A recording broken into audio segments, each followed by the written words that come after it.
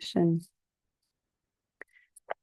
So allow me to say welcome again to everyone who's joined us here today. Good morning to those of you joining from Europe. Good afternoon to those of you joining from Asia. It's always interesting to connect people from across different time zones in an online setting like this.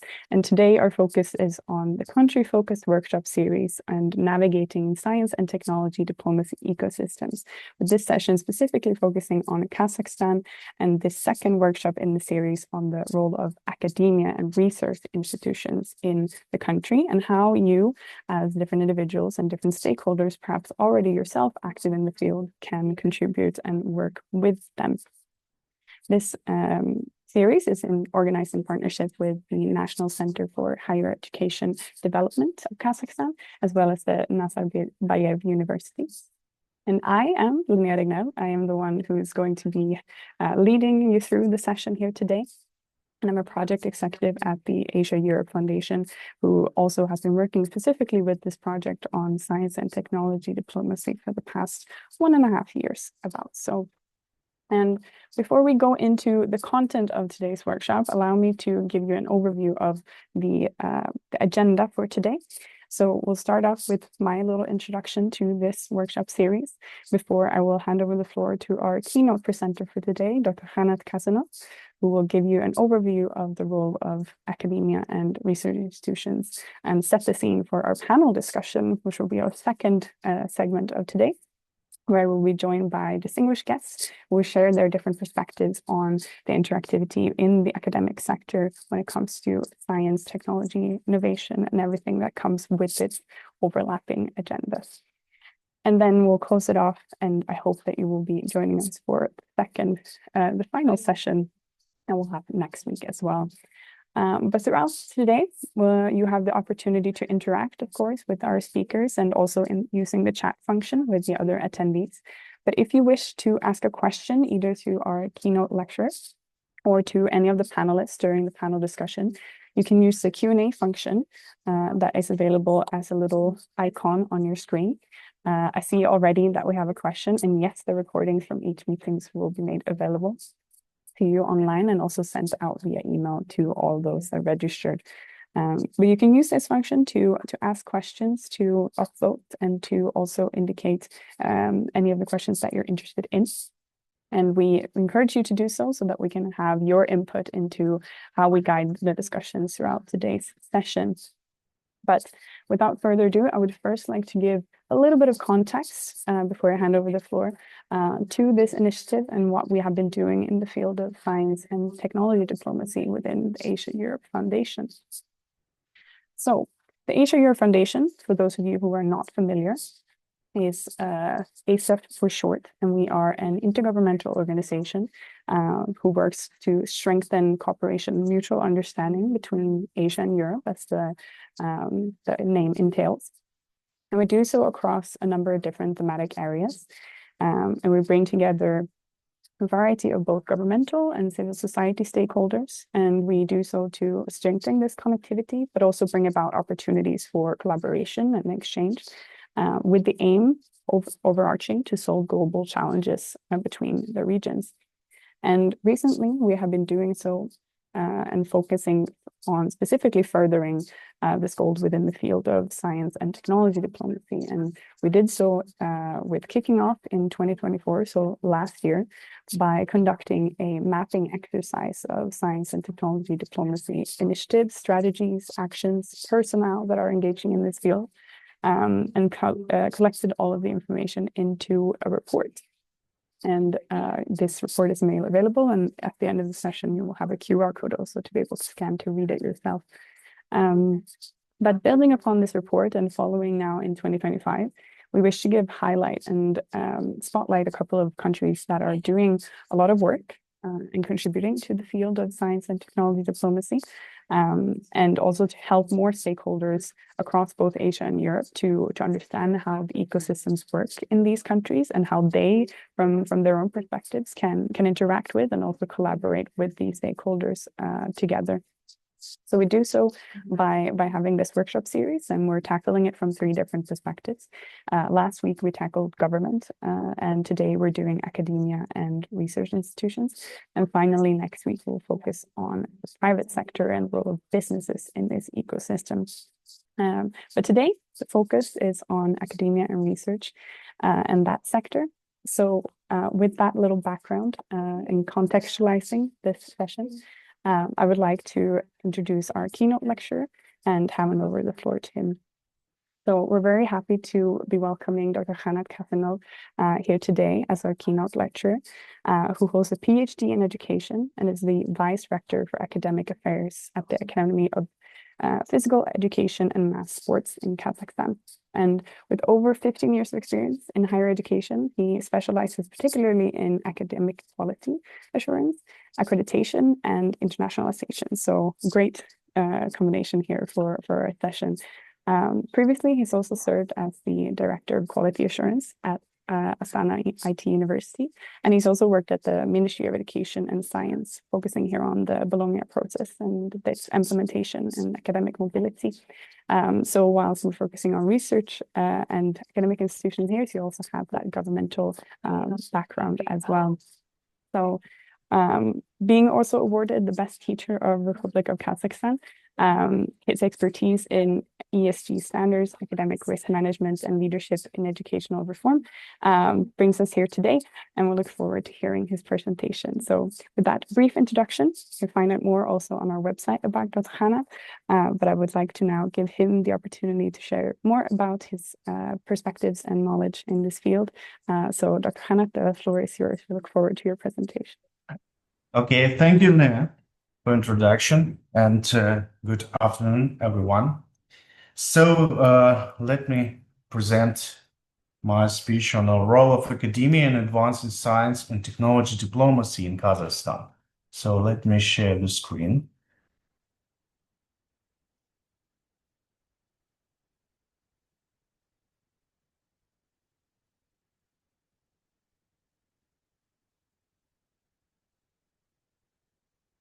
Okay, you can see my screen.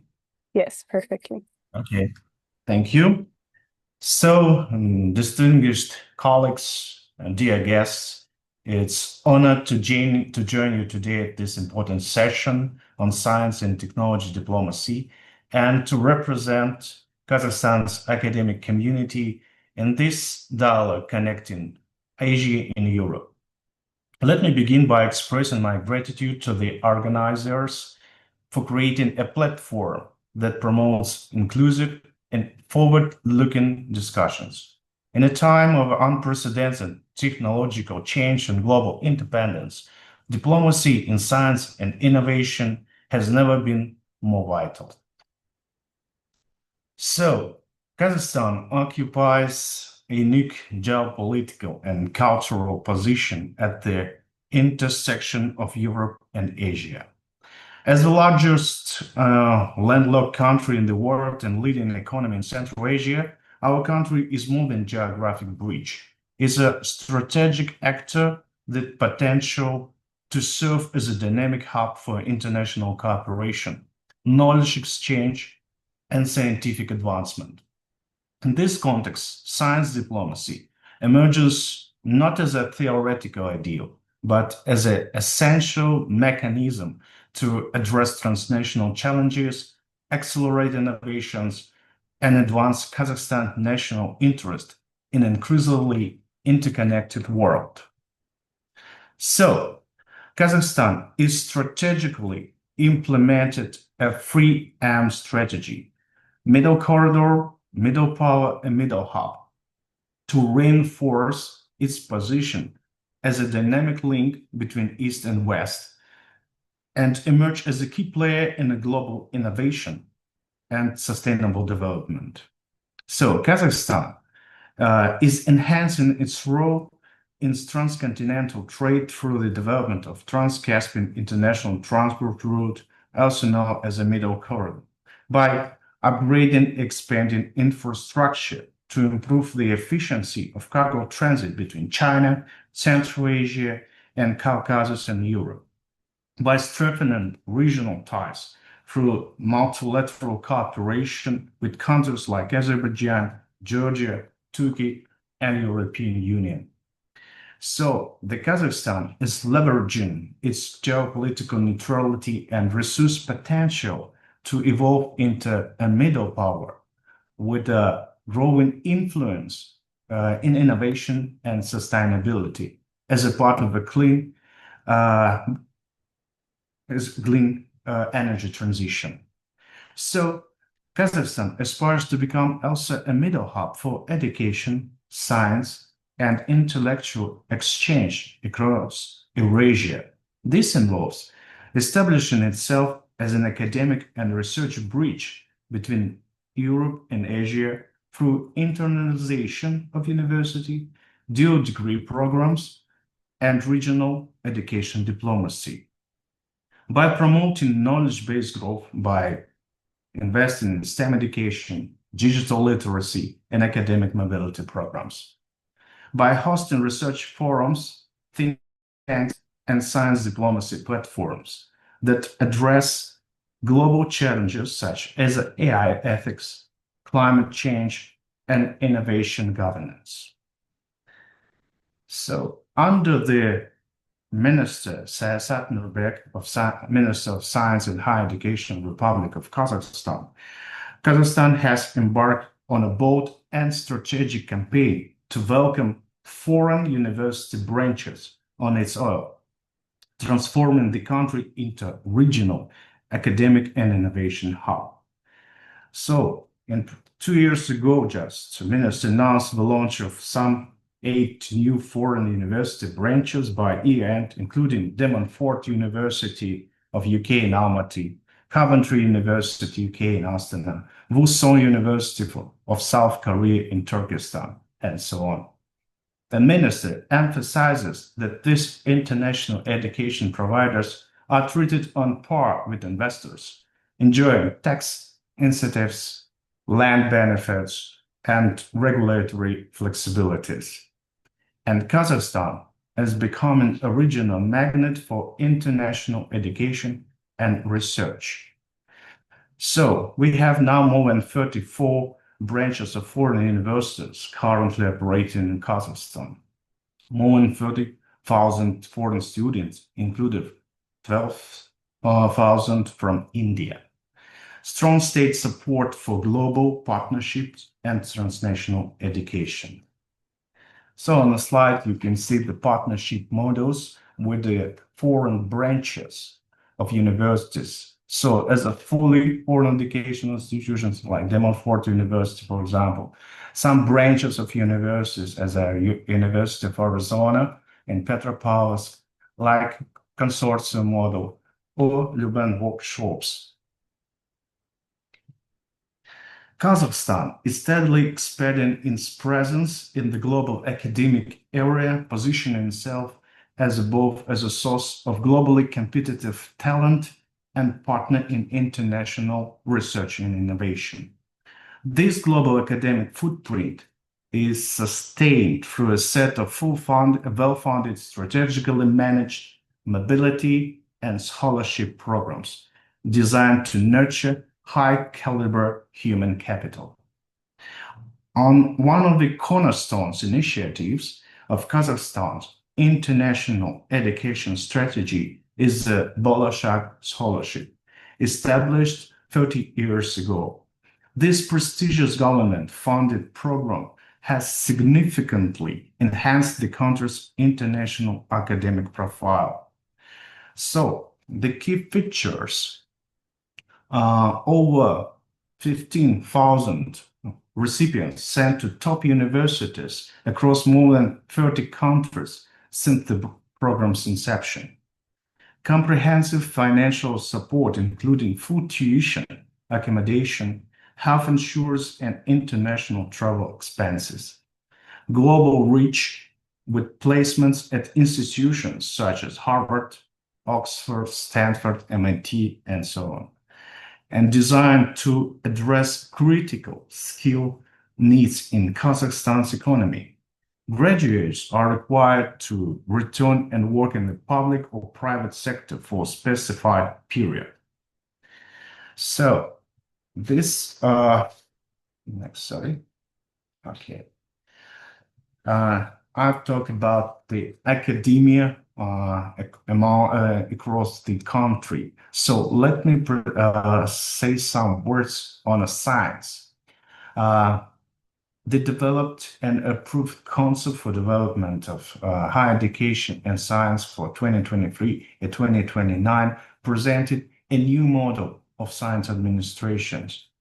So, and the key points of this new model focused on strengthening intellectual potential by implementation of 500 like international internships, allocations, 1,000 grants for the project for young researchers, social protection of scientists, increase in salaries, additional payments for scientific degrees and titles. By developing infrastructure and digitalization, by development of scientific and of research institutes and universities, introduction of new type of grant financing for scientific infrastructure, development and implementation of unified information system of science of Kazakhstan, by developing university science and applied science and commercializations. The Ministry of Science and Higher Education coordinates a vibrant multi-stakeholder ecosystem. So it includes universities and research institutes that generate knowledge, train talent, and evaluate policy. Through the business and industry, to accelerate tech transfer, serve as a co-customer of innovation, and with international partners to share expertise, fund joint programs, and build networks. And you can see the key achievements of the new model of science administrations, more than 600 scientific partners, 180 industry collaborators, 1.5 billion tenge in co-investment, 24 projects presented at major industry events. So this overview of academia and science led me to analyze why science diplomacy matters for Kazakhstan. So, and I defined some points. So science as a catalyst for sustainable development. Countries' national visions for long-term development are articulated through the key documents such as National Development Plan, Green Economy Strategy. These policy frameworks explicitly recognize the role of international scientific cooperation in building national resilience, improving the quality of life, and driving inclusive growth. Science diplomacy facilitates the cross-border flow of expertise, technology, and innovation. This means access to cutting-edge research in areas such as renewable energy and green hydrogen, climate adaptation strategies, public health, food security via the integration of satellite-based monitoring, drone technologies, AI-driven precision agriculture, and so on.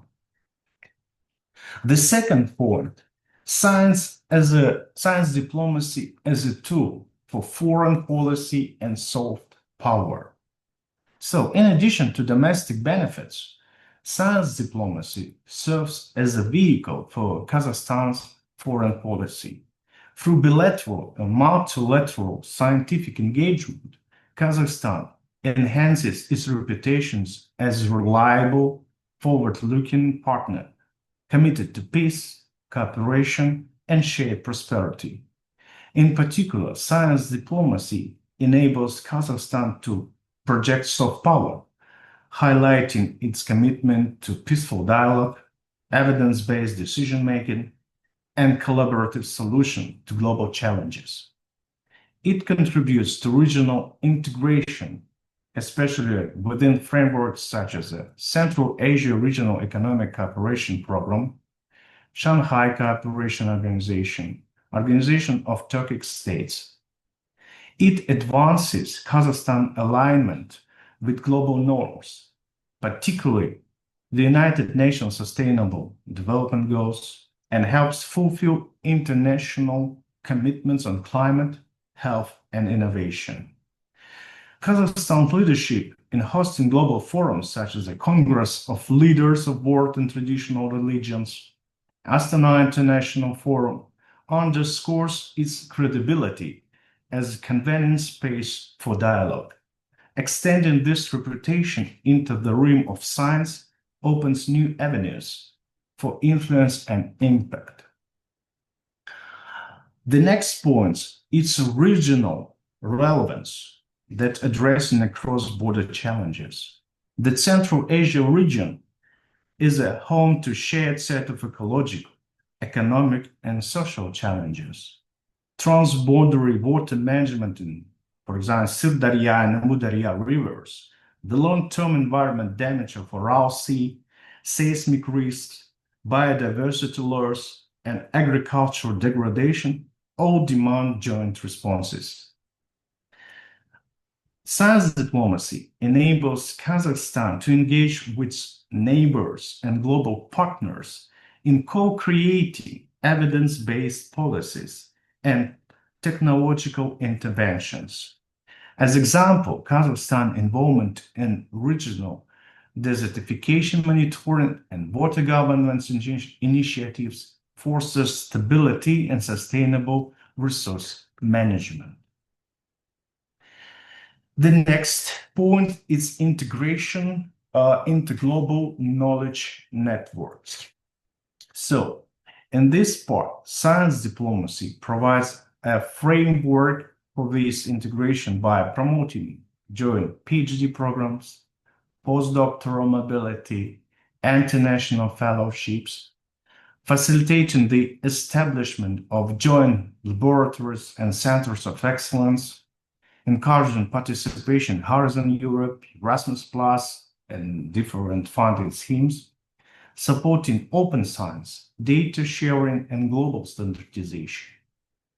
Institutions, for example, like Nazarbayev University or Kazakhstan National Academy of Sciences, are already engaging in high-input collaboration. Expanding this model across more universities and regions will elevate Kazakhstan's scientific footprint globally. The last but not least point is reflection of national identity and values. Kazakhstan's commitment to international cooperation in science is also rooted in its identity as multi-ethnic, multilingual, and multicultural society. With a tradition of openness, dialogue, and peaceful coexistence, Kazakhstan naturally embraces scientific collaboration as both as a strategy and value. Science diplomacy reinforces this identity by promoting academic openness, cultural exchange, gender and youth inclusion, encouraging young researchers, especially women, to lead international initiatives and join global networks. As Kazakhstan continues to position itself as a regional leader and global partner, embracing science diplomacy will be key to securing a sustainable, innovative, and cooperative future. The second chapter, it's a role of academia and their three pillars of contribution. So academic, there are also some points on that case. So I defined the first one as academic research as a bridge across borders. In an era defined by global interdependence, academic research has emerged as one of the most credible and enduring tools of international diplomacy and cooperation. For Kazakhstan, this has taken on renewed urgency and opportunity. The country's universities and scientific institutions are evolving from domestically focused bodies into active participants in global knowledge ecosystems, engaging in partnerships that span disciplines, regions, and missions.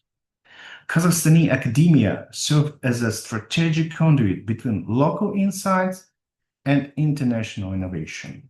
This bridging function has grown more prominent in recent years through a significant expansion in international research cooperation, particularly with partners from Europe and Asia.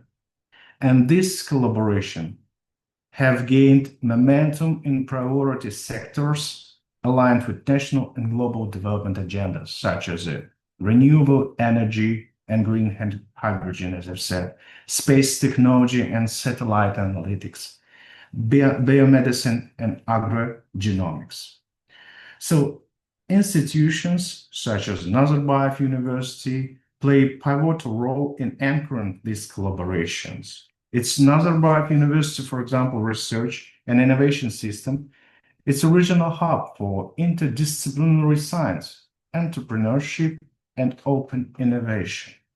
In parallel, on a slide, you can see on the top image on the top, it's a national university, future National University of Sport of the Republic of Kazakhstan, a newly designed center of excellence for sports science and rehabilitation research is expanding its international academic footprint. The university is launching joint research platforms with European and Asian institutions in areas such as sport medicine, athlete recovery technologies, and AI-driven performance analytics. Kazakhstani researchers are also becoming more integrated into global scientific communities, actively contributing to joint publication in high-impact journals, participating in co-patent initiatives, playing key roles in collaborative grant projects. This is not only increasing the international visibility of Kazakhstan science sector, but also raising the bar for research standards, ethics, and impact. And to further promote integration, Kazakhstan is aligning its research governance with international standards, including the adoption of open science practices, ethical review mechanisms, and data sharing protocols that facilitate seamless collaboration. Moreover, academic diplomacy extends beyond formal partnership, and institutions are actively cultivating informal research networks through bilateral research weeks, thematic workshops, collaborative PhD programs, and visiting faculty exchange. The next points of the role of academia, of course, the capacity building and human capital.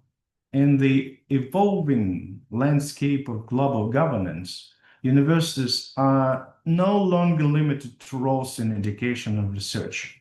They're becoming critical platforms for policy innovation, foresight, and diplomacy. In Kazakhstan, higher education institutions are increasingly contributed to public life by informing decision-making, shaping regulatory agendas, bridging the gap between the science and statecraft. Universities serve as a neutral, credible arenas for evidence-based policy dialogue, bringing together researchers, policymakers, civil society, and international stakeholders. This convening power positions academia at the heart of national and regional policy ecosystems, where complex challenges ranging from digital transformation to climate change require both technical expertise and inclusive deliberation. And the third point is universities as a platforms for policy dialogue. So academic institutions are inclusively functioning as a policy think tanks, generating evidence-based insight to inform public administration, legislative development, and strategic planning. Many leading institutions have established policy research centers focused on a broad array of priority areas, including digital transformation and AI regulation, sustainable development and environmental resilience, education and labor market reform, health policy, biomedicine, sports diplomacy, and public health. These centers produce policy briefs, foresight studies, and impact assessment that are shared with ministers, parliament, international organizations, and civil society actors. The use of scientific data, predictive modeling, and cross-disciplinary expertise strengthens the quality and legitimacy of national policy decision. The second point, universities as a platform for policy dialogue can be catalysts for intersectoral and intergovernmental collaboration. Through these initiatives, universities act as intermediaries between science and policy, ensuring that decisions at the national and regional levels are grounded in the empirical research and global best practices. And the third one is the capacity building for policy innovation. Kazakhstan universities contributed to capacity building by organizing executive education programs, policy labs, and training workshops for civil servants and municipal leaders. These programs enhance skills in policy design evaluation, science communication and public trust, digital and innovation governance. We have now the news that we are 37th place in the Global Skills Report 2025, ethical decision-making in technology and health. At the same time, interdisciplinary master programs in public policy, governance, and international relations are preparing a new generation of leaders who are fluent in both scientific and diplomatic languages. And I suppose that you're a little bit maybe tired of my speech. Let me play some video.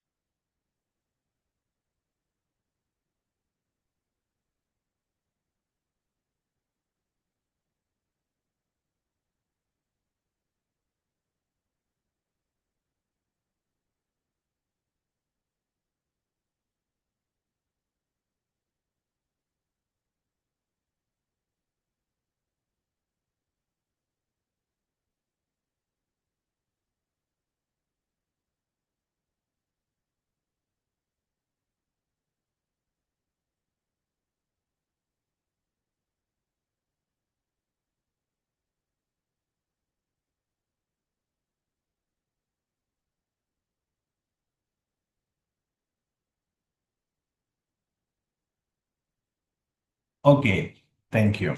And in closing, I want to say that, the transformative potential of science and technology diplomacy is no longer a distant aspiration. It's a present imperative. Kazakhstan academic institutions are not only rising to this challenge by actively shaping the agenda. Through cutting-edge research, cross-border collaboration, and policy engagement, our universities, research institutions are forging pathways toward a more innovative, inclusive, and globally connected future. And let's us recognize that the classroom, the laboratory, and the policy forum are not separate arenas. They are interconnected platforms for change. By deepening our partnership, sharing knowledge openly, and empowering the next generation, of scientists and diplomats. We can ensure that Kazakhstan's country continues to serve as a vital bridge between continents, cultures, and communities. So that's it. Thank you very much. Thank you very much, Dr. Khanna, for your presentation.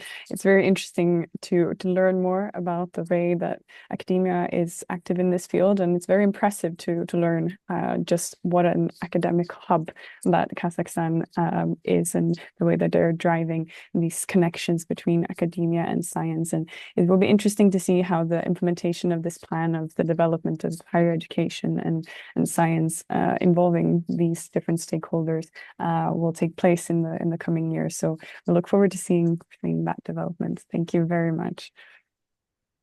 Thank you. At this stage, with our introductory lecture finalized, we would like to go on to our second part of this session, which is our panel discussion. So for this, I asked Dr. Khanat to stay with us and allow me to introduce our other panelists as well as our moderator for today. I'll give a brief introduction, but you can also learn more about them visiting our website as well. So with us today, beyond Dr. Khanat, we have with us Dr. Asiya Yermukhanbetova, who is a postdoctoral researcher at Nazarbayev University and holds a PhD in chemical engineering from the University College of London. She's also the co-founder and chair of the Young Researchers Alliance, which is a public association in Astana, which unites over 300 early career scientists in Kazakhstan and abroad. The Alliance supports professionals' developments, their research achievements, and advocates for young scientists in policymaking. So someone who now is working also with young scientists and trying to advocate for this, I really appreciate these efforts from Grazia. She also serves as the member of the Club of Experts under the Senate of Kazakhstan and the National Council on Science and Technology, and contributes through this to the national research policy and reform. So thank you, Dr. Asiya, for being with us here today. Thank you very much for the introduction. Thank you. Our third and final panelist, before I also introduce our moderator, is Professor Bulat Khezanov, who is the director of the Analytical Center for Scientific and Technical Development of the National Academy of Sciences of the Republic of Kazakhstan, which is under the president of the Republic of Kazakhstan. The center works on studying the problems in the development of scientific research in Kazakhstan using scientometrics, statistics, and surveys and other methods to develop recommendations for the improvement of science policy in the country. So we thank Dr. Khezanov for being here with us today. And then finally, leading us through this panel discussion, we will have our moderator and chair of today's panel. So allow me to introduce Ms. Aitsan Gulumzanova, who is a PhD candidate at the European Public Law Organization, as well as the head of Higher Education Internationalization Office of the National Center for Higher Education Development of the Ministry of Science and Higher Education of Kazakhstan. That's a mouthful, very long title to introduce, but very impressive, and we're very happy to have you here today. Beyond this, Aitsan has since 2010 been leading international cooperation between various local universities, and for the past 2 years, she's been running this Higher Education Internationalization Office. And in her role, she oversees student activities and assures the academic quality of higher education. So who else should be leading us through this discussion today and the panel than her? So with that introduction in mind, I would like to hand over the floor to Ms. Aitsan for this panel, and we'll look forward to hearing the reflection of our panelists today. And again, encourage everyone to drop your questions in the Q&A. I see some coming through here, but we're very interested to engaging with you. So take this opportunity to ask your questions to our panelists. And with that, Aitsan, you have the floor. Thank you very much. So do you hear me well? Thank you. Thank you for your kind introduction, Linnea. So good afternoon, everyone, and a very, very warm welcome to our panel session. and it's a pleasure to guide this session. And I promise to keep it timely, thoughtful, and engaging. We are joined by participants, as I see, from across the world, which makes our topic even more relevant. So the power of science and higher education to build trust, address global challenges, and connect nations. So here's a quick look at what we have planned for today. Just we have like 2 hours. So we have already heard the keynote address from Dr. Khanat Kassenov, so we will discuss it profoundly later on. Then we plan a dynamic panel with academic leaders. Also, as Linnea has already mentioned, we will have live interaction polls. So yes, we want the audience also to be engaged in our discussion. So looking forward to hear from you as well. And a closing Q&A session, so to keep your questions coming in the chat. So we have just under 2 hours, and we will use every minute to explore new ideas, foster dialogue, and maybe even plant the seeds for new collaborations, sustainable collaborations. So thank you very much, Dr. Hassanov, for your insightful and thought-provoking and incredibly forward-looking presentation. Now let's expand these discussions and hear from other voices in Kazakhstan's academic landscape. But before, I think it would be great if we could engage the audience. So I want to hear from you, from the audience, on how you view the role of academia in advancing science diplomacy. So I would kindly ask Linnea, so kindly just display the first poll question. So the first poll question is, what is the most important role academia in Kazakhstan can play in advancing science diplomacy? So you can choose any variant. Okay, so just I'm just reminding you that we are conducting the poll live, so please choose any. And I'm just interested about the results. Okay.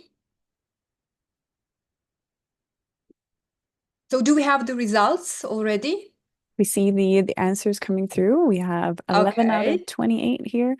Let's give us a few more seconds for people to indicate. Sure.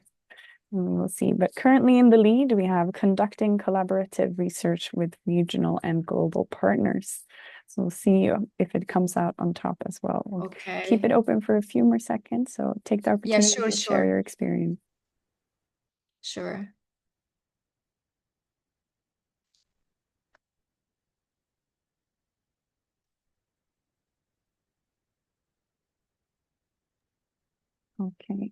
Okay, so I will end the poll and we will display the results. And could you just display the results? I'm just wondering about the results. Wow, fascinating. So it looks like many of you selected conducting collaborative research with regional and global partners. Well, which speaks volumes about where people see the core strengths or opportunity for Kazakhstan's academic sector. That's nice. Whether it's scientific advising, international partnerships, or cultural exchange, it's quite clear that multiple pathways contribute to science diplomacy. So let's get some quick reflections from our panelists regarding the first poll question result before discussing the presentation of Dr. Khanat Kassenov. So I have a question, Dr. Khanat Kassenov. Does this align, so this result, the first poll question result, align with your experience in your role of developing academic strategies and risk governance? Which of these functions do you believe is the most under-leveraged today in Kazakhstan's universities? Thank you. Thank you, John. And thank you, participants, also of this workshop. So let me first say that Kazakhstan strategically, yes, leveraging its academic and research institutions as platforms for advancing international science diplomacy, with particular emphasis on interdisciplinary innovation, foreign collaboration, and sustainable development. This multidimensional approach is translated into above measurable national policy outcomes and stronger global partnerships. So the universities of Kazakhstan are increasingly organizing research around cross-cutting themes, which align national development goals with the global challenges. So, and these innovations are feeding directly into national strategy of development of science, of research, and academia, and collaborations with different regions, different countries. So created a pipeline of internationally new trained researchers, enhance Kazakhstan's scientific visibility, and enabled the country to co-lead research consortia and regional science policy dialogues, particularly in Central Asia. So. Okay, Dr. Kasyan, thank you very much. That gives a very strategic perspective. Yes, indeed, there is a lot of truth what you have shared. It's encouraging to see concrete examples where academic exchange has clear diplomatic relevance. So, so may I open this up to our panelists to have a reaction or perhaps a different angle to add here? Professor Bulatkinesov, what do you think? Thank you. Thank you for very interesting discussion. And I really agree with the results of the poll. So the collaborative projects, they are really main driver for the quality of scientific research, first of all, because, you know, our country is very small. We have a limited expertise in all directions. Yeah. So the use of collaborators, foreign collaborators, allow us to solve complex problems which we cannot solve by ourselves, especially in some emerging areas. I had several big experiences in participating in managing research projects, international research projects. One was on the rocket fuel problem, so our environment has risks of being contaminated with rocket fuel, because of the launches from Baikonur Cosmodrome. Yeah, so and we had a big international team to study this problem, and it made our project really efficient, you know, and we published a lot of nice articles together. Yeah, and you know, the foreign collaborators, foreign professors were very much interested in this topic. So for them, it was a new experience, some problem which they didn't have in their own countries. Yeah, so we worked together, and it was really fruitful. So a lot of articles were published, a lot of PhDs were trained, yeah, and graduated thanks to this research project. Yeah, another example, we worked on the problem of adulteration of alcoholic beverages. Yeah, and also working on the cleanup of the soil contaminated with metals with some plants, miscanthus. Yeah, so it was also a very big project, international, and it was really, really helpful. Yeah, and generally such projects are supported by the country and promoted also. Yeah, so there was a separate competition for projects with the international collaboration. Yeah, and also now the government requires us to publish in international journals, so which have very high requirements for the novelty and quality. Yeah, and such international projects really help to achieve this quality. Yeah, and it really helps us. Thank you. Yeah, thank you. Thank you. Thank you, Dr. Kenesov. So your points raise an important question, not just about what institutions can do, but what systems are required to support the level of international integration. And thank you so much for your concrete examples. And another question is to Dr. Asya Irmuhambetova. As someone representing early career researchers, what can be done to better prepare young scientists in Kazakhstan to engage on the global science policy interface? So I'm just wondering about your opinion. Thank you. Thank you for your question, and I'm glad to participate in this workshop. I think I totally agree with Professor Kinesov that conducting cross-border research in collaboration, it's the most important, I think, in science diplomacy. But being an earlier career researcher and representing an earlier career researchers, I can add that training globally competent scientists, it's very important for Kazakhstan, as well as it can be the beginning of long-term collaboration. Here in Kazakhstan, we also have PhD programs. Like it was already mentioned by Dr. Kasyanov, we have mobility programs, and we have a need for co-supervisors, international supervisors of our PhD students. And by training these doctors, by training earlier career researchers, such collaborations can actually set up, right? So by small projects, some other ideas can come up. And here in Kazakhstan, even now, for example, there are some opportunities to collaborate with other countries on common problems. So the one with Shanghai collaboration network. So right now there is a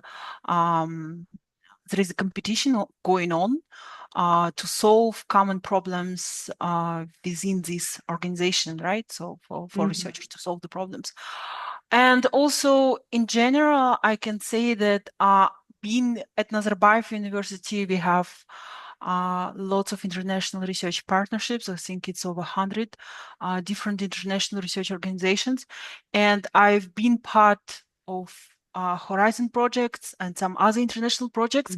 And I can definitely say that from these individual partnerships, from this, let's say, human interaction between researchers, we start science diplomacy, solving the common problems, finding that sometimes, as Professor Kinesov mentioned, like in Kazakhstan, we have some problems that, for example, didn't happen in the country, but researchers can study it here and see it, like, especially for many ecological issues, we have opportunities to research and to practice. Yes, thank you. Thank you. Thank you so much. Thank you once again to our panelists for your insights from national policy instruments to institutional cooperation and the development of young researchers. So clearly, Kazakhstan's academic community is deeply engaged in building a more globally connected, diplomatic, active scientific landscape. Thank you so much. And so, dear audience, I'm reminding you that I will guide the conversation with a few targeted questions. So feel free to contribute thoughts in the chat throughout as well. So please be engaged. And now let's dive deeper into some of the key themes we've heard in the keynote of Dr. Khanat Kasyanov. So particularly the intersection of academia, diplomacy, and innovation. So Kazakhstan is clearly making bold moves in positioning its higher education system as a regional hub and a global partner. But how does this vision translate into practice, into partnerships, people, and the policies? So I'd like to begin with Dr. Khanat Kasyanov. So we've heard about the major initiatives from your brilliant presentation, like the Bolashak Presidential Scholarship Program, Scientific Internship Program, and international collaboration such as the Luban workshops. And so these efforts are designed not just to train individuals, as far as we understood, but to build global bridges. So could you share your view on which of these programs have had the strongest impact on Kazakhstan's scientific visibility internationally? So from your point of view. Okay, thank you, John, for the question. According to my view and my opinion, among the various initiatives in Kazakhstan in research and academia, I see that Bolashak Presidential Scholarship Program has had the most profound and long-term impact on Kazakhstan's international scientific visibility. Since 1993, it has enabled over 15,000 Kazakhstani students and professionals to study and train at the top global institutions, including Harvard, MIT, Cambridge, Tokyo University, and so on. And these graduates return not only with advanced skills, but also with the global research networks that have fostered co-authored publications, joint grant projects, and collaborative innovation ecosystems. In parallel, the internationalization of higher education, and notably the launch of 34 foreign universities branches and strategic integration of Kazakhstani universities into European Union funded programs like Horizon Europe and Erasmus+, has significantly elevated Kazakhstan's presence in a global academic circles. Flagship institutions like Nazarbayev universities or National University of Sport are now anchoring joint research hubs on AI, green hydrogen, sport medicine, and further reinforcing Kazakhstan's scientific credibility. So it's my view. Thank you. Okay, and as we speak about the science diplomacy, Dr. Khanat Kasyanov, which is often a subtle long-term process, can you share a concrete example where academic cooperation clearly supported Kazakhstan's foreign policy goals or diplomatic engagements? Okay, for me, one compelling example is Kazakhstan's regional cooperation on climate resilience and water governance in the Aral Sea Basin. As I know, through joint research initiatives with China, European partners, and multilateral organizations, Kazakhstani universities have contributed to transboundary water management strategies and desertification monitoring. These efforts are not only scientific, but also deeply diplomatic, aligning with Kazakhstan's foreign policy goal of fostering regional stability and environmental security in Central Asia. Additionally, Kazakhstan's leadership in hosting multilateral science diplomacy platforms, such as Conference on AI ethics, gene editing policies, ESG standards, has positioned the country as a credible convener and proponent of evidence-based global dialogue. These academic engagements amplify Kazakhstan's soft power, as I've said in my speech, and reinforce its image as a peace-oriented and globally responsible state. Okay. Okay. Thank you, Dr. Kasyanov. Yeah, that gives a really strategic perspective. So let's now turn to a more fundamental and often overlooked aspect of science diplomacy, the role of basic research and the truth it can create across borders. So Dr. Bulat Kenesev, as someone deeply involved in scientific research, you've seen how knowledge creation can transcend policies. I'm wondering, how do you see the role of basic research in fostering trust between nations, especially in times when global cooperation is under strain?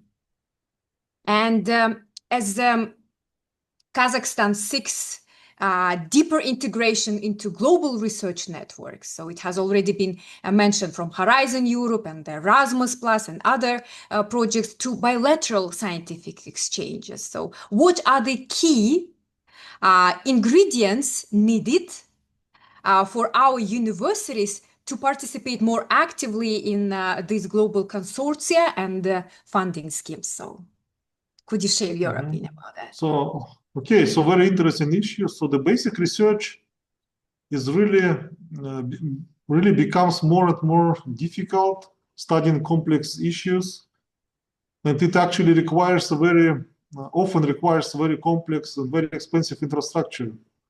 And Kazakhstan cannot afford a lot of this infrastructure. That's why participating in the international networks, working on such like big projects, could really help to participate actually to solve some research tasks, basic research tasks. Yeah, so actually in many cases it's impossible to study some basic research issues without collaboration. Yeah, so the only way is to go for the collider, for example, or whatever other like observatories, for example. Yeah, so there are a lot of issues like that. And in Kazakhstan, the big problem is actually the lack of equipment, research equipment. Unfortunately, what we our actually analytical results of our center show that there is a definitely big lack of the instruments. So the local mechanisms to provide universities and research institutes with such equipment are not really efficient. And in this respect, actually, international projects can partially solve this problem. So, for example, several of my instruments in the laboratory were purchased from the international projects. So international agencies, they really help with this, especially at the early stage of the development of sites in Kazakhstan.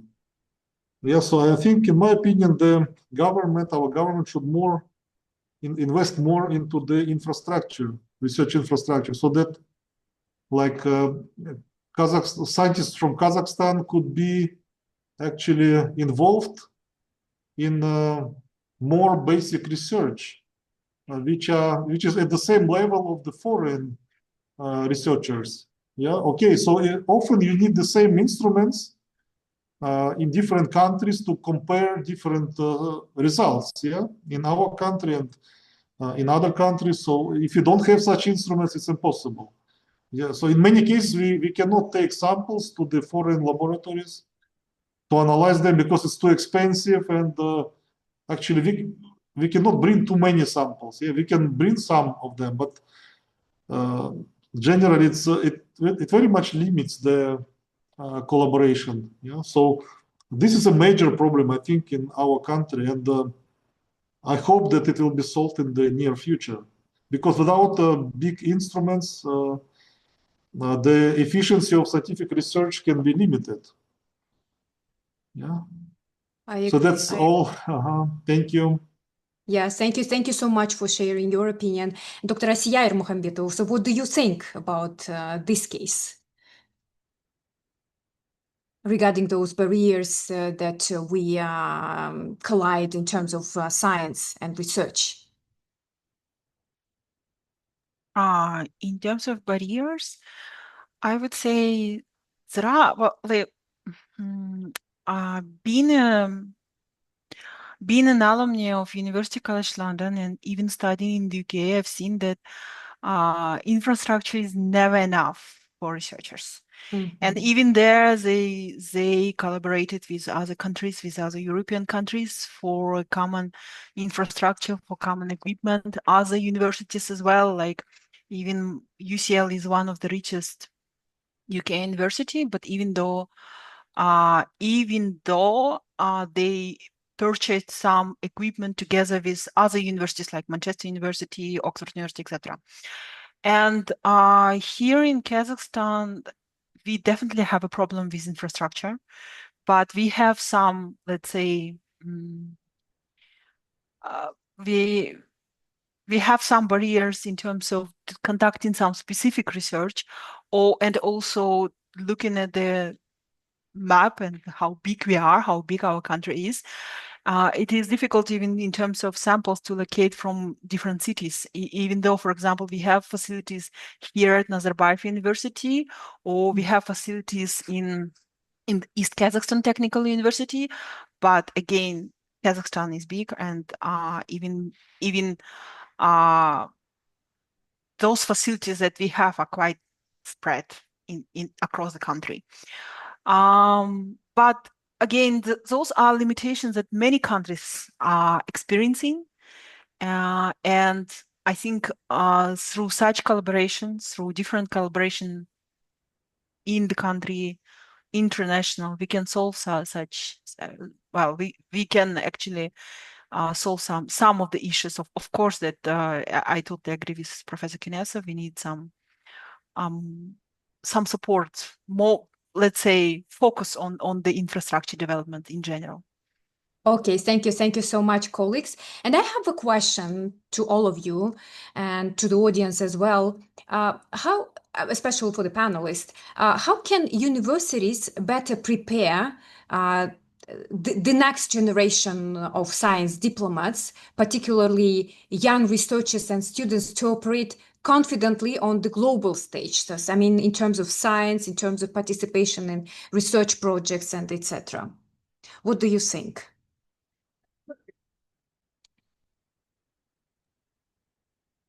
Who wants to answer? Can I start answering? Sure. I just expected you to start. Okay. Thank you. Well, as an example, because here at Nazarbayev University, what I can see, what I can observe, most of our bachelor, master or even bachelor students, they are hugely involved in research from the very beginning, and that's one of the requirements of our research grants in Kazakhstan, to have student involvement in research. And I'm very proud of many of our students who later on became PhD students of top universities internationally in the US, UK, China, South Korea, well, different countries, different universities. And I would say that it's not only in at Nazarbayev University, but also looking at other laboratories, looking at other universities. I can definitely say that our students are hugely involved in research. Any other examples, Professor Bulat Kinesov? Yeah, so generally, our country has like big focus on training like better researchers, young researchers, and supports PhD students, postdocs, and young researchers in general. Yeah, but there is as I mentioned, the equipment problem is a big issue. So PhD students, many of them go to the foreign laboratories just to do research, which is impossible to do in Kazakhstan. Yeah, using the modern instruments. Yeah, but unfortunately, when they return back, so they cannot apply. So they learn how to use some equipment, modern equipment, but when they return, they cannot continue their developing their skills. Yeah, doing the same research, they cannot do it because of the lack of the instruments. Actually, in Nazarbayev University, it's much better because this big university and a lot of money were invested into infrastructure. But in other universities, there is like a big problem with this issue. Yeah, so in my opinion, definitely the equipment problem should really help actually to train better. So instead of 3 years of high quality research in Kazakhstan, so with the modern instruments, etc., they do their main part of research during 2 or maybe 3 months internship during their study in like foreign university, yeah, which is like not enough. Yeah, so to develop the diplomacy and to improve the like status of and quality of training of our young researchers, definitely we need a good infrastructure. So then actually this internship will maybe switch from the learning some instruments to doing maybe something more complex. So maybe some simple things they can do at maybe one things they can be doing in Kazakhstan, but other like using other methods, let's say, they can do abroad, something like that. And then it will be more efficient in general. Okay. Dr. Hanat Kasena, from your academic perspective of view, what do you think? Okay, thank you. John? Maybe you have some Yeah. successful stories, successful examples to share with the audience as well. Maybe I see these questions, answer to these questions like guidelines. So to better prepare the next generations of science diplomats in Kazakhstan, so our institutions, our universities should take a strategic, interdisciplinary, and internationalized approach. So maybe integrate science diplomacy into curriculum. So from the first courses, develop dedicated courses or modules on science diplomacy, international science policy, global challenges, embed interdisciplinary skills in postgraduate and doctoral programs like Science Plus, International Relations Plus Communications, encourage dual degrees or minor specializations, expand mobility programs, as our panelists said, to give young researchers real experience in global projects, provide institutional support for participation in international conference forums, to prepare joint publications, to partner with foreign embassies and research attaches to give students insight into science diplomacy and actions.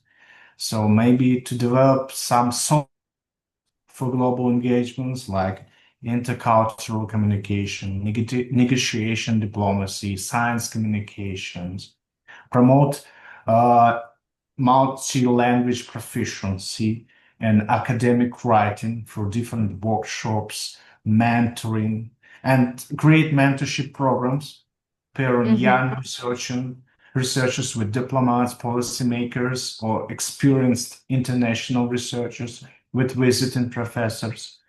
Something like that. So it's my view. Okay. Thank you very much for your example, and thank you so much, panelists. These reflections show just how multidimensional, promising the role of academic can be in shaping the science diplomacy. So I want to engage the audience as well. So let's move into two more questions. Linnea, is it possible to zoom out the questions? So we have question number 2, which global issue should Kazakhstan prioritize through its science diplomacy efforts? So please choose any relevant variants you consider. Yes, we have launched the poll, so it's open for everyone's input. We'll wait a little bit to see, and then we'll close it, and we will almost immediately, I think, Aysen also open a second question following this, so be ready to engage further with your input. See the answers coming through. I'll give you a couple more seconds here. Sure. It looks to be a little bit of more of a split on this question than on the first one. So interesting to be sharing the results soon. Give you 10 more seconds to put down your answers in the poll.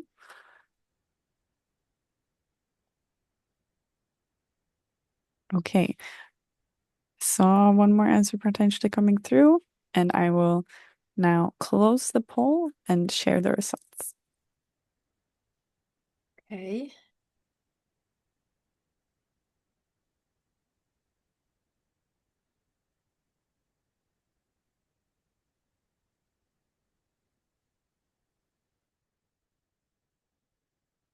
Okay, so question number 2, which global issue should Kazakhstan prioritize through its science diplomacy efforts?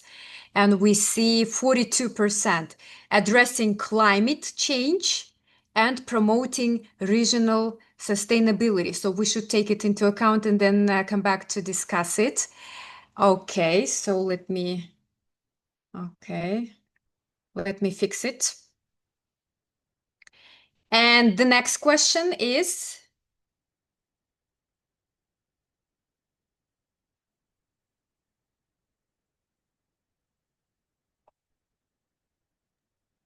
third question has been launched. yeah.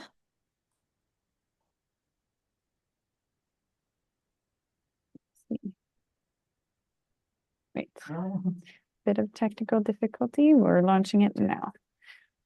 Okay. So the third question is, what is the main benefit for Kazakhstan in participating in international academic cooperation? So that's things that we have already discussed with our panelists. So waiting for your variants. Yes, please do answer. We'll give you, again, about a minute to submit your answers, so you have a little bit of time to reflect, but you also have the opportunity to go with your gut here and put in where you think is the most suitable answer for yourself. Yeah. Again, we see a little bit more of a split in the answers here. Take your opportunity and indicate what you think in the poll before we close it in about 10 to 15 seconds.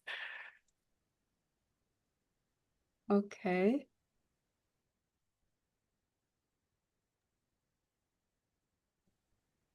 And with that, I will take the opportunity and I will end the poll and display the results.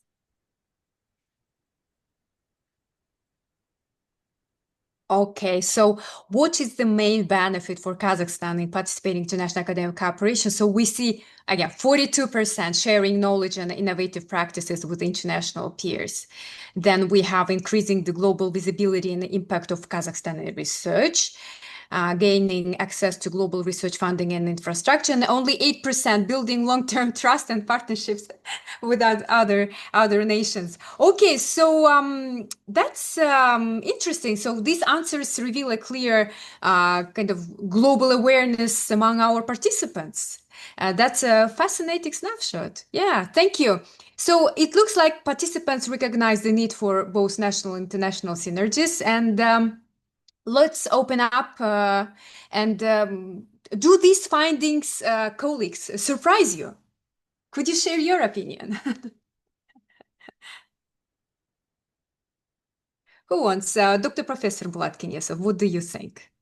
Thank you. So, first of all, sustainability, I agree that this is a very important issue because, like, in our country, a lot of public representatives, they want to have like profits from scientific research, like commercialization, etc. But there are like other things which are very important.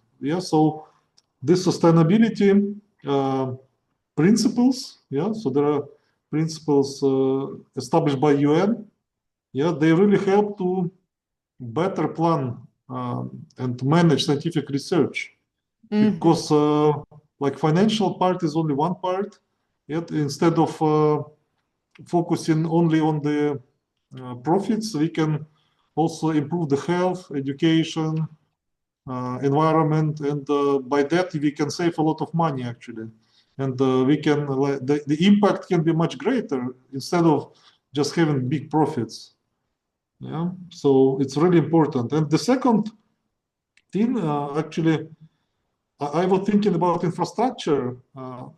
That's very important. But the sharing knowledge, which was selected, is also very good answer, because, in my opinion, now the main help that Kazakhstan receives from the international community is the peer review of the manuscripts, peer review of research projects, which is like they have a like better trust, let's say, from scientific community and also from the public. So if the projects are reviewed by the foreign experts, which are independent, no conflicts of interests, and also like reviewers in top journals, so the quality of peer review is much better. So it really helps to Kazakhstan. And without that, our scientific research was managed with very big problems related to conflict of interest, quality control, ethics, etc. So in my opinion, it really helps to the development of science in general in Kazakhstan. So Thank you, Professor Bulat-Kinesov. Asiya, what's your opinion about that?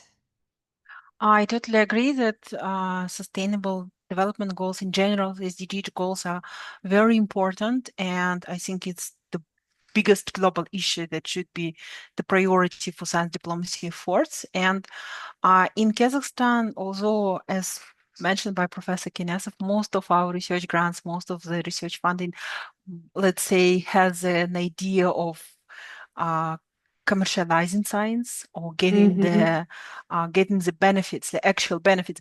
But also we have we have a committees on SDG and how our country is actually solving this SDG. And recently, I think about 2 years, parliamentary committee was actually founded and working together with UN, and our young scientists, early career scientists are involved in these works through science to policy engagements. Like we have a club of experts under the Senate of Parliament and Taldau School, and our early career researchers, they had an opportunity to be part of these initiatives, parliament initiatives, and by these they actually can contribute directly to the science to policy, let's say, and being involved in science diplomacy in somehow as well, because those are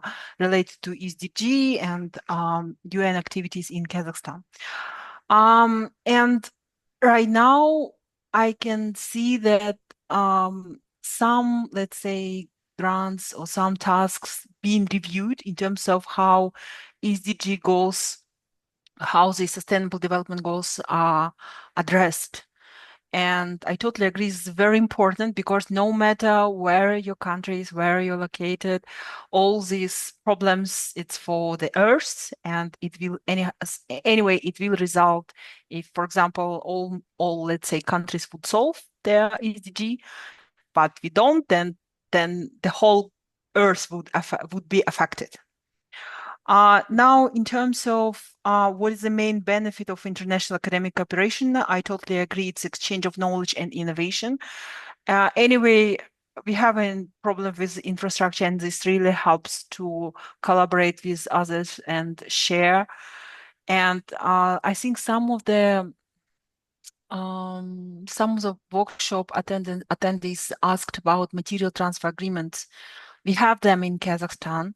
And we have clinical scientists, and actually recently, for the past maybe 5 years, some policies being changed in terms of how this clinical science is being conducted here in Kazakhstan. Is so also part of, let's say, what government is doing, trying to make a dialogue with, making a dialogue with researchers and changing these policies as well as on how clinical science being conducted. So yes, I think exchange of knowledge and innovation is very important. Okay, thank you. Thank you. Dr. Hanat Hasiano, do you have something to add about those findings that we have already Just briefly. So for the question about the global issues, I also think that our country should prioritize about climate resilience and sustainable development as a central global issues in its science diplomacy efforts. Why climate resilience and sustainable development? Because its focus aligns both with Kazakhstan's national needs and its potential for international influence. And so, as for the main benefit for Kazakhstan in participating in international academic cooperation, so it's strengthening of its human capital and innovation potential, which directly contributes to national development and the global competitiveness. So it includes access to global knowledge and technology by participation in joint research projects, academic exchanges, capacity building programs, improved quality of higher education, collaboration with leading foreign universities supports curriculum modernization, international accreditation, and faculty development. So through co-authored publications, participation in global networks, and engagement in science diplomacy, our researchers enhance their international profile. Academic cooperation and feels like green energy, IT, agriculture, alliance with Kazakhstan's strategic goals of transition to a knowledge-based economy. And scholarship also, like Balashak, as I've said, student faculty exchanges, expand professional opportunities, expose citizens to international standards, and foster globally minded workforce. And hosting and participating in international academic initiatives enhances Kazakhstan's diplomatic presence and positions it as a regional hub for education and innovation. So yeah. Thank you. Thank you. I have an initiative question regarding those findings that we are discussing.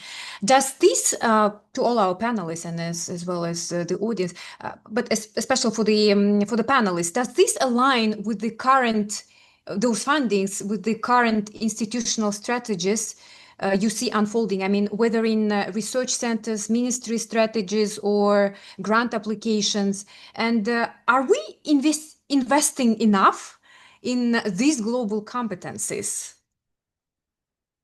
colleagues?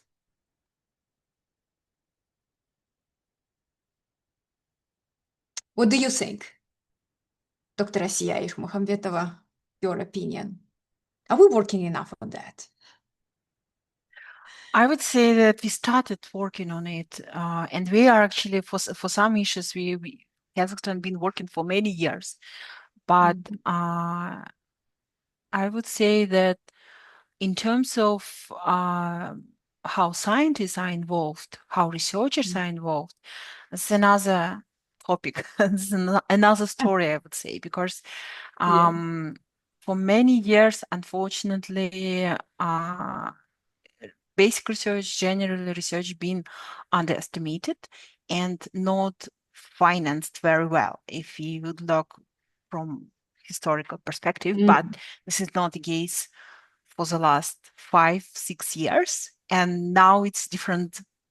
Now we have a different trend, and we can say that most of the initiatives in terms of research capacity building, in terms of how even sustainable development goals being supported, in terms of how grants are now being allocated.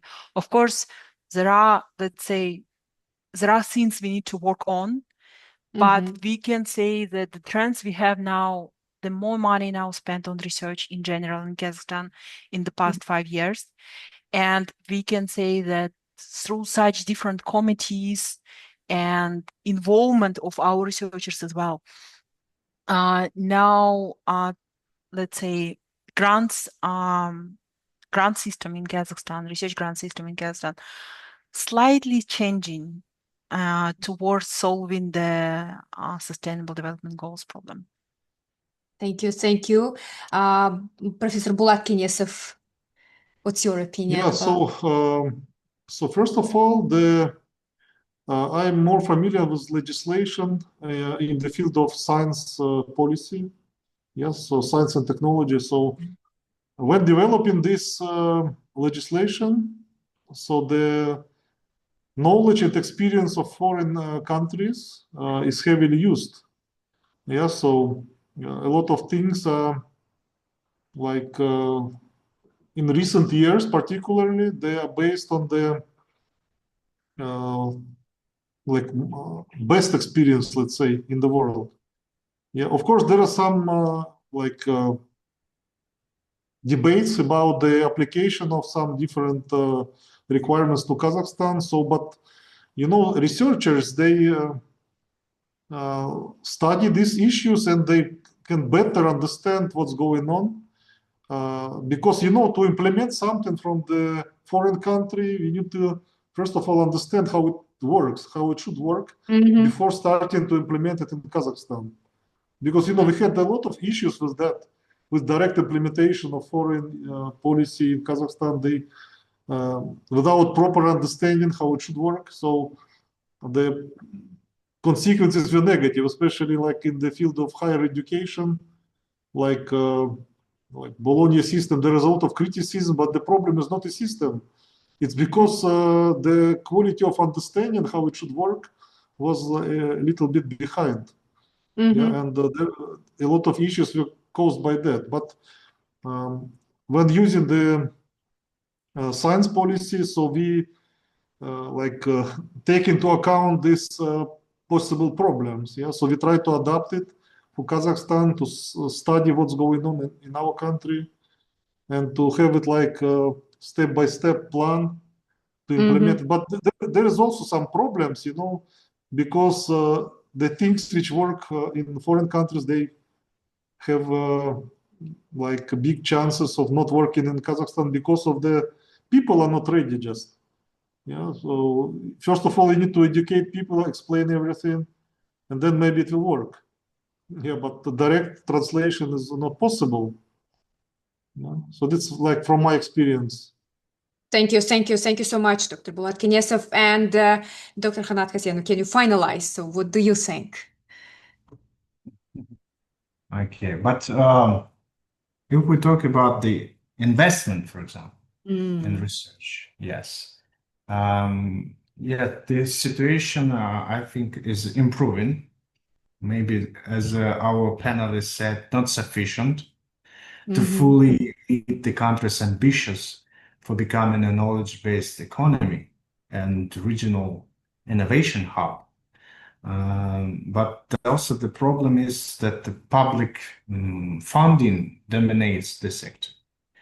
Private sector investment in R&D remains limited, and many research institutions depend on short-term project grants, which limits long-term planning and infrastructure development.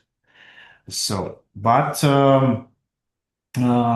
however, the foundation is being built, and for Kazakhstan to lead in science, technology, and innovation, especially in a global challenges projects, like we said, climate change, green energy, and so on, digital transformation, and must significantly scale up both funding and systemic reforms. Okay. Thank you so much, dear panelists, for your insightful and valuable thoughts. Regarding the sustainable development goals that Dr. Asiya Mukhambetova mentioned, what do you think? What structural reforms, or mindset shifts do you believe are still needed to ensure Kazakhstani, for example, academia not only adapt but lead on global issues in terms of SDGs? Asiya Mukhambetova, what do you think?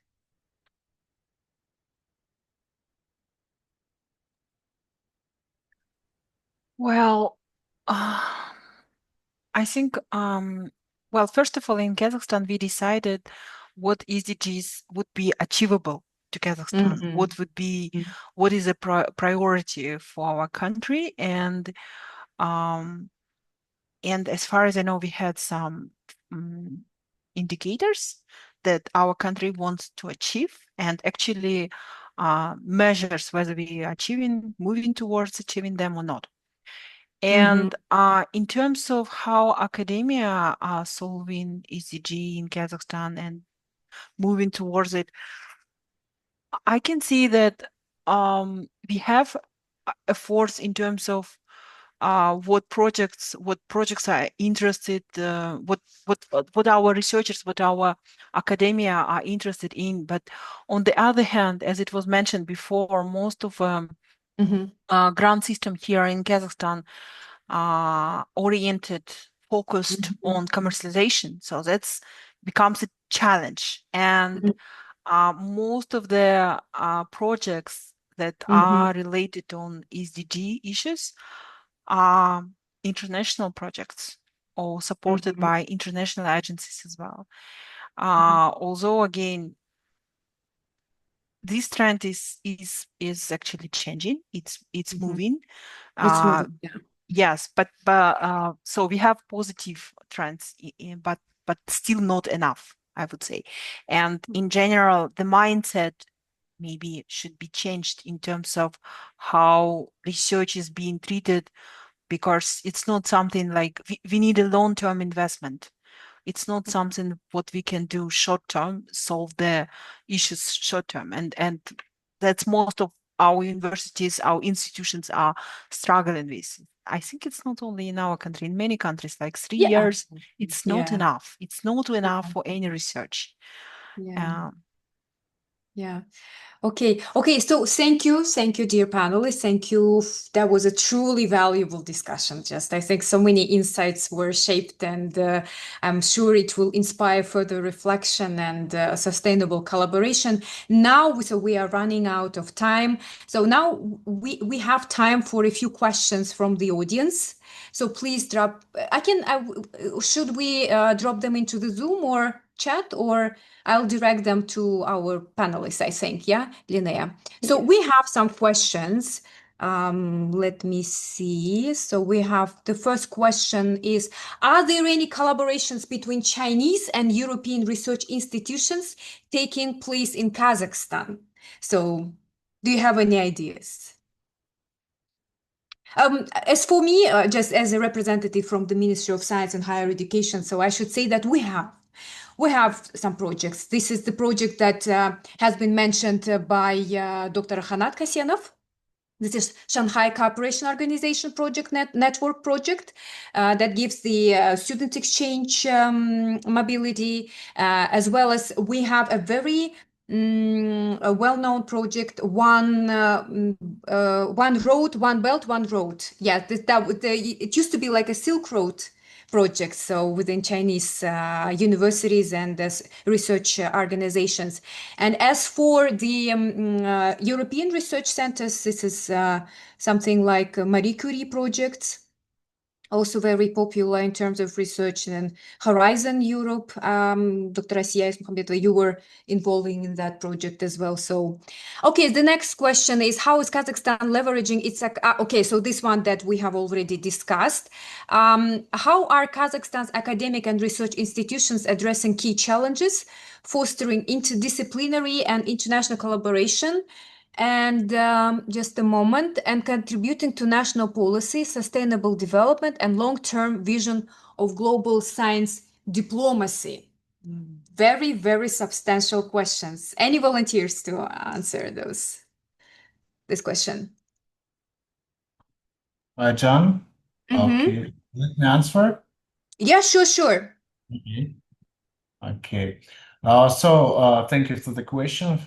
First of all, Kazakhstan academic and research institutions are playing a pivotal and expanding role in addressing national and transnational challenges through interdisciplinary innovation, international cooperation, and active policy engagement, contributing meaningfully to both sustainable development and long-term vision of global science diplomacy. So universities and research centers in Kazakhstan are at the forefront of responding to critical issues such as climate change, as we discussed, energy transition, public health, food security. And these efforts are grounded in local relevance, but address global priorities aligned with your sustainable development goals. And Kazakhstan's institutions are building academic ecosystems that promote cross-border, cross-disciplinary engagement, including joint research platforms, global academic mobility, establishment of foreign university campuses, integration of disciplines such as AI, ethics, law into university-led policy centers and innovation labs. Also, Kazakhstan universities emerging as policy incubators by hosting forums, as I've said, running executive education, formalizing university government linkages via advisory council, joint regulatory working groups. Such contributions ensure that academic research is embedded in real-time decision-making and national development strategies. Okay. Thank you so much, Dr. Khanat Kasyanov. The next question is, how do you see the role of think tanks not affiliated with the universities or other higher education institutions in Kazakhstan? Professor Bulat Kinesov and Asier Mokhambetova, what do you think? Think What is the tanks, role? I have limited experience in such think tanks, but you know, I was a member of the Young Research Council under the ministry. It was a major think tank, and this council, we discussed a lot of questions, and also with the minister and also other representatives of the ministry. And we also have a lot of polls in the council. Yeah, so because the opinions were different. Yeah, and we were arguing a lot, and it was really helpful. And we collected also a lot of analytics because just to better understand what's going on. Yeah, and it really helped us, and we developed a lot of nice proposals for science policy, for the legislation. And a lot of these proposals were approved by the ministry, and now they work successfully for several years. Yeah, so these think tanks are really efficient, at least such as Young Research Council. Okay, thank you. And the next question, I think, Professor Bulat Kinesov, is for you. Limited exchange of samples or tissue, which is just mentioned by Professor Bulat, is needed a hurdle for collaboration in basic sciences or clinical sciences. Aren't there MTAs available in Kazakhstan, material transfer agreement regulated by the central government? I have no experience with these MTA agreements because I work more with environmental samples.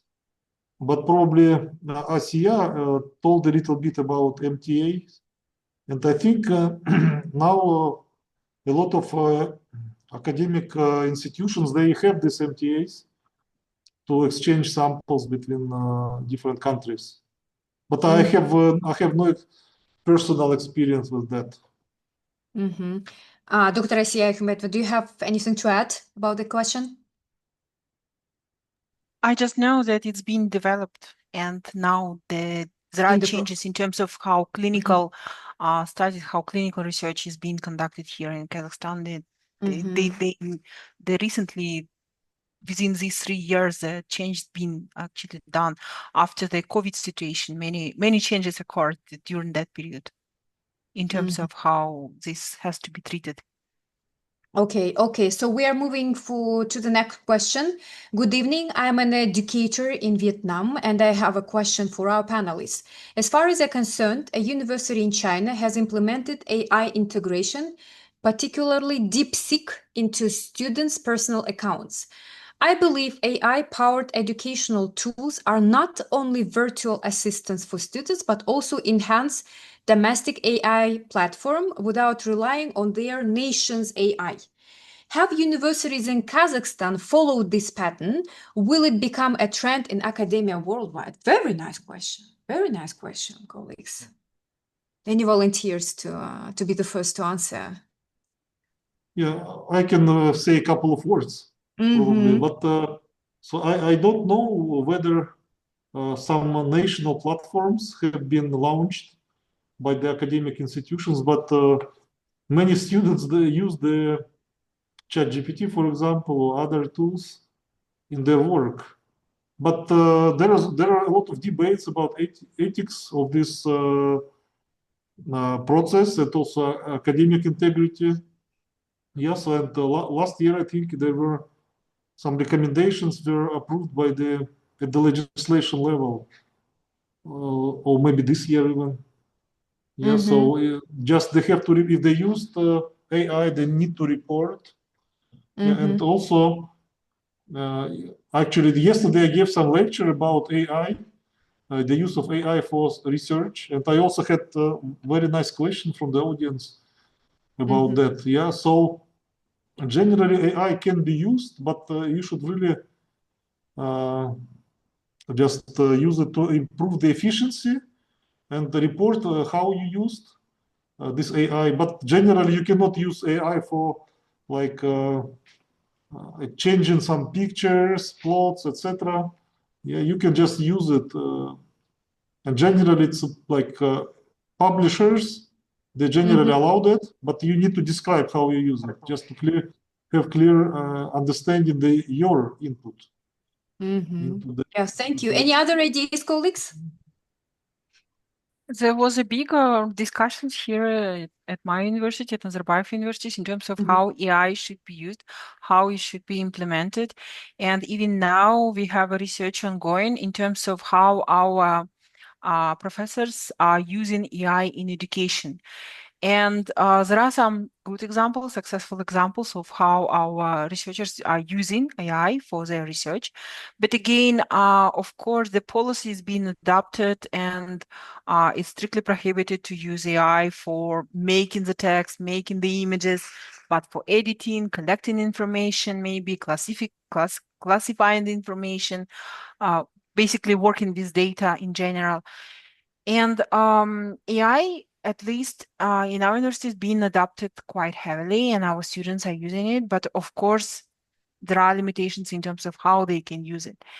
And I think this argument, this discussion is ongoing, and I don't have a particular answer whether, let's say,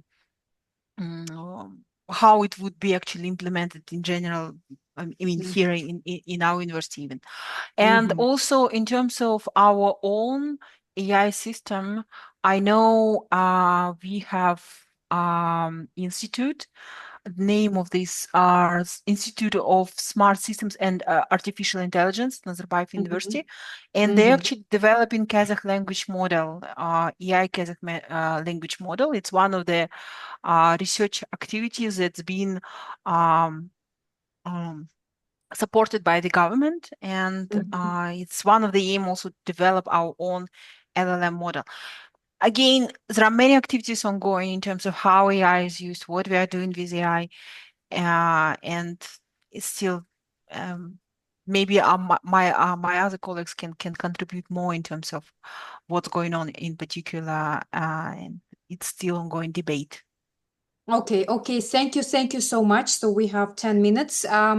So, and just like that, so we've reached the end of our session almost, and a huge thank you to our speakers for their expertise, and to you and our audience for your engagement and global perspective. So we hope today we sparked new ideas and new insights, or even new partnerships. If you would like to follow up with our speakers or share some of your reflections, so feel free to reach via chat or connect after the session. And thank you once again, and we look forward to welcome you in the future, perhaps even in Kazakhstan. So thank you, and I'm giving the floor to Linnea. Thank you so much for that. And I would like to take this opportunity to thank Aysen for your moderation, and to our lovely panelists for your contributions, and of course also Aysen for your contributions to this discussion. It's been very interesting for me, who's don't necessarily have that much insight into the field. I do a lot of moderation and bring people together in the space of science and technology diplomacy, but it's great to learn more and to hear the ways that Kazakhstan is striving and moving forward in this space, as you say, to really become this regional hub for not only academia, but its cross-section with science and technology diplomacy. So thank you again to all of our panelists for joining us today. And at this point, I would like to take the opportunity to wrap up with a few more words about today's session before I say goodbye to everyone. So allow me to end up with some closing words for this. As we've now been able to listen in to the role of academia and research institutions in the Kazakhstani ecosystem, we will look forward ahead for next week for our final session on Kazakhstan and the role of businesses in the Kazakhstan science and technology diplomacy ecosystem, and especially, again, how you can work with them in different capacities. So on the screen currently, you have QR codes for a couple of different things. So you can sign up for this final session if you have not yet by the first QR code. And I would also like to take this opportunity to share that we will have further sessions on also Thailand and Indonesia happening in July. Also, again, looking into what the government, the academic institutions and businesses and the private sector are doing and engaging in this field of science and technology diplomacy. So you can scan the QR code there if you wish to sign up to either of those workshops. And as I mentioned in the beginning of this session, this initiative that we're running in 2025 is also building upon research that we did in 2024, and you can access the full report, the Asia-Europe Science and Technology Diplomacy Report, by scanning the QR code, which you can get some insights into not only Kazakhstan, but an overarching view of the status of science and technology diplomacy in Asia and Europe, to get some more information there if you are looking to do so. With that being said, I would like to thank all of you for joining us today. Thank you again to our panelists and Dr. Khanat for your keynote presentation as well. It's been very insightful, and I hope that you as the audience go away with some newfound insights into this field, and perhaps some questions that you have and avenues that you wish to explore further as you sign off today. So next week, we'll have a final session. I hope to see you then, same time, same day of the week, for our final session. And again, thank you so much for being here today. With that, I will sign off, and I wish you a good rest of your day or evening, depending on where you're logging in from. Thank you so much. Thank you. Bye. Thank you. Bye. Thank you.